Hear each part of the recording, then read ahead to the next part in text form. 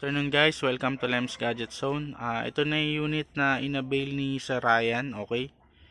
So, ito na yung PS4 mo sir. So, may kasama yung box na Star Wars, tapos yung Star Wars controller, tapos Star Wars unit. Ito po yung power cord, HDMI, manuals and headset, tsaka charger ng controller sir. Okay, so meron pa. Syempre di pwede mawala pang activate ng jailbreak. Okay, so open na natin sir. So press lang natin dito. Yan. Yan sir, nagbo-blue na. So naka-open na siya. So papakita ko sa inyo sir kung paano i-activate yung jailbreak niya.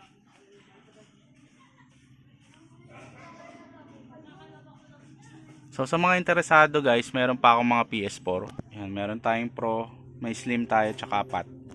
So yan, connect na natin yung controller sir. Yan, connected na siya. So punta lang tayo sa user 1. Tapos sir, kapag open mo ng unit, i-activate muna natin siya. Mas maganda sir, medyo i-warm up mo muna yung PS4 bago ka mag-activate ng jailbreak. Okay?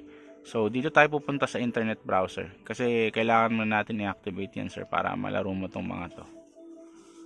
Okay? So internet browser tayo sir. Tapos pipiliin mo sir tong car host na unang-una, yung may black screen.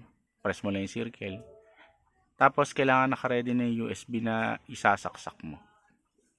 So ready natin USB.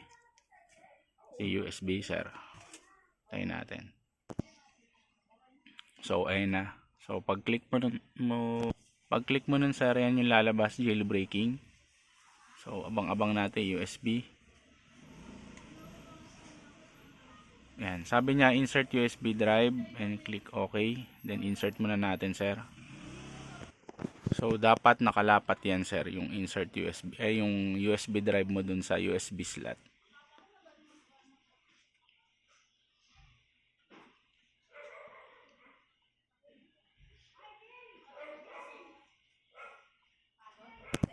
Yan, once na nakalapat na siya sir, tayo lang natin. Yan, the USB storage device file system is unsupported. So i-press lang natin yung OK. Tapos jailbreak done, remove PS4, close mo na yung internet browser. Yan, tapos may lalabas dyan na gold hen. So okay na yan sir, pwede mo na tanggalin yung USB. Ayan. Okay, then punta na tayo sa games. So ito nga pala yung mga games na ni-request ni sir. So meron siyang mga PS4 games. So isa-isain natin. So ito yung mga PS4 na ni-request ni sir. Then ito yung mga retro or classic na pwedeng laruin sa PS4. So yan. So try natin yung family computer guys. Grabe, PS4 pero family computer. Yan o. Battle City guys. Ayun natin ang Battle City. Press X to run.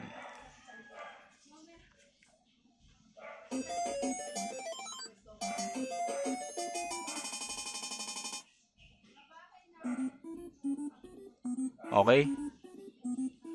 So yan, laro natin yung Battle City. So pwede rin tayo mag-run ng mga PS1 guys, tsaka PS2. So for example, Resident Evil 3 Nemesis. Yan guys, so Resident Evil 3 Nemesis.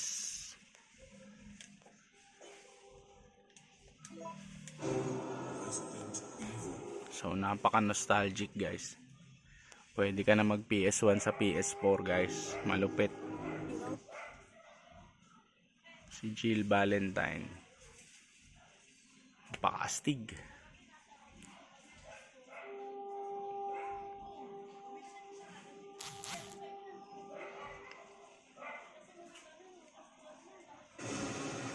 So okay. So close na natin. So yan. So Tenchu, oh, meron pa. So ikaw na bahala rito sir. So PS4, nagka-video call na kami ni sir. So God of War. So bahala ka na rito sir pagdating sa'yo. So ganun lang yung paggamit niya. Okay, so pagka ita-turn up na, punta ka lang sa pinakataas, left side, power options, turn off PS4. Okay sir, so bago nyo bunutin sir, dapat mawala yung blinking na white sa PS4.